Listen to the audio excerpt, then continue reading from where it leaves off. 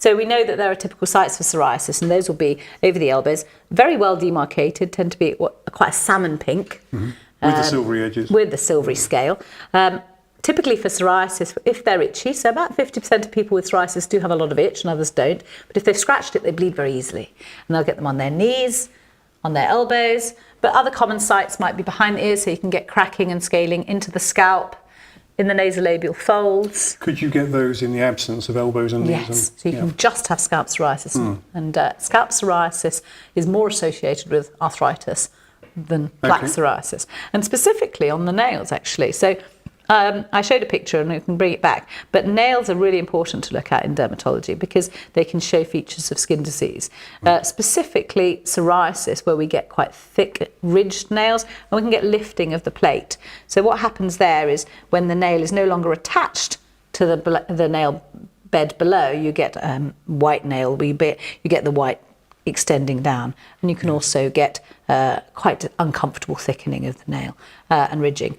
But with another important thing is around the finger here, where we've got the cuticle, this inflammation here and swelling of this joint is particularly associated with psoriatic arthritis.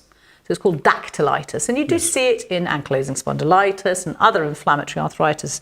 But if you've got a patient whose joint pain seems to be less than mechanical, do check their fingers, because swelling around that joint and specifically around the nail fold can be really, really helpful there. And this might be a stupid question. These are nice, clean, pink little nails, but what if you've got somebody who's been beauticianed?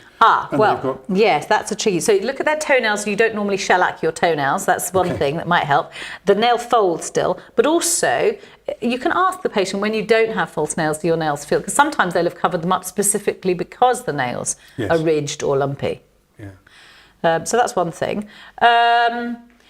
Top of the natal cleft. So the natal cleft is where your buttocks meet. Very, very common site for psoriasis, and also genitals. So you could ask patients who have slightly odd nails, do you get any rashes in your groin? You know, because that might be a sign of psoriasis. Okay. And is there any particular association with arthritis there as well? No, it's mainly the scalp and the nails that are particular. I mean, as I say, overall 40% of people with psoriasis can get psoriatic arthritis, but there's a positive prediction value if you have bad nails, especially enthesitis, where you've got swelling around the fingers and severe scalp disease. So we mentioned this earlier on, didn't we? I mean, in our profession, should have mentioned Ladina's an osteopath as well. In our profession, there is a constant debate on the extent to which you ask your patients to undress when you examine them. And there seems to be, for all sorts of reasons, there is benefit in seeing what is going on the skin, even if it's a little bit remote from wherever the pain or the injury might be. Yeah, absolutely. I think it's been my standard practice for years that if anyone comes in with a rash, they go behind the curtain, they get off down to the knickers, because I want to be able to see all of the skin. That's we pick up at least a third of our skin cancer incidentally in dermatology. We'll find infection, we'll find... I don't ask them to expose their genitals unless they want to, but we do need to ask more often, because patients won't tell you that they've got rashes on their genitals. It's very, people don't like to talk about that.